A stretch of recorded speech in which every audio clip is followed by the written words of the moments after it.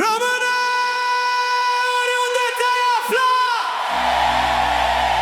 țara nu te-a uitat. Române, Sub tricolor, o singură inimă bate.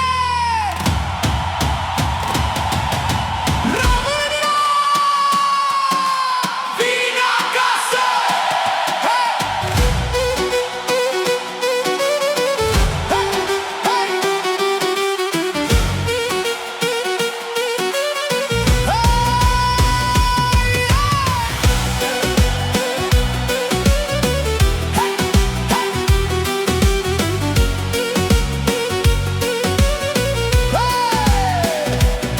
Au plecat românii în zor, cu inima strânsă în piept, cu bagajul plin de vise și cu dorul lor discret. Au lăsat părinții în urmă și copii ce plâng în brac, pentru un trai mai bun în lume, pentru un viitor mai drag. Prin străini pe alte drumuri, unde limba e străină, muncesc zi și noapte, frate, cu speranța ce-i susține. Dar în gând e doar acasă, unde focul arde în sobă și icoana din perete le șoptește doar în vorbă. Oh, România mea, Țară de dor și suspin, câtă lume te lasă, cu sufletul plin de chin.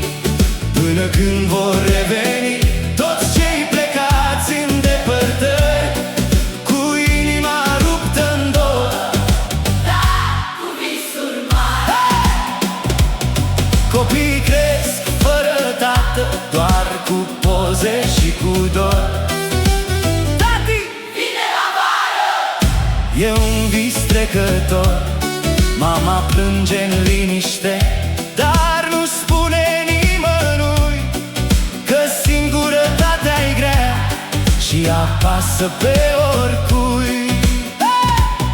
În construcții, în restaurante, printre oameni fără nume, își clădesc un alt destin, dar cu dorul lor pe lume. Fiecare ban câștigat e cu lacrimi și sudoare, și cu gândul la copii ce cresc singuri sub nădejde. Oh, România mea, țară de dor și suspin, câtă lume te lasă, cu sufletul plin de chin. până când vor reveni toți cei plecați în depărtări, cu inima ruptă în două. Dar cu visuri mari, Dar în inimi ard speranțe că într-o zi vor reveni, cu un trai mai bun acasă, unde vor îmbătrâni.